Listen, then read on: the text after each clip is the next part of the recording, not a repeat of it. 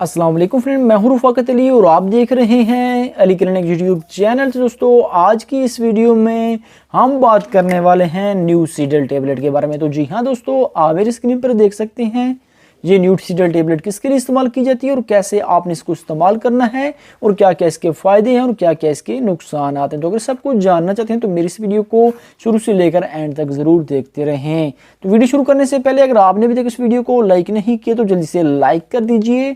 जो भाई Ali clinic YouTube channel पर नए हैं तो प्लीज़ चैनल को लाजमी एक बार जरूर सब्सक्राइब कर लीजिए और साथ ही बेल आइकन को लाजमी से प्रेस कर लीजिए ताकि आपको हमारी मेडिसिन के रिलेटेड और अच्छी अच्छी वीडियो की मालूमात सबसे पहले मिल सके।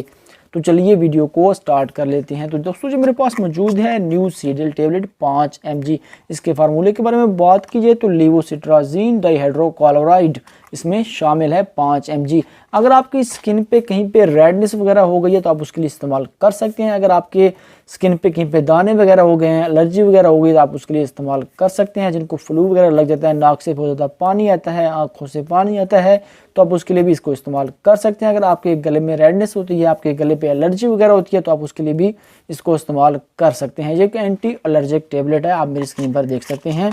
ये है 5 mg न्यूसीडल। ये एक सामी कंपनी की है, जो एक अच्छी कंपनी की प्रोडक्ट है।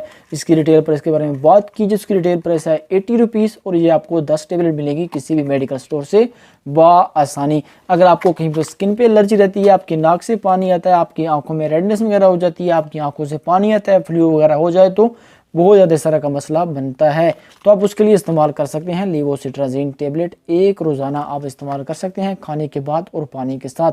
अगर आपने कोई ड्राइविंग वगैरह करनी है या ऊंचाई वाली चीज़ों पे जाना है तो इसका इस्तेमाल नहीं करना, इसमें थोड़ी बहुत गुनूदगी हो सकती है।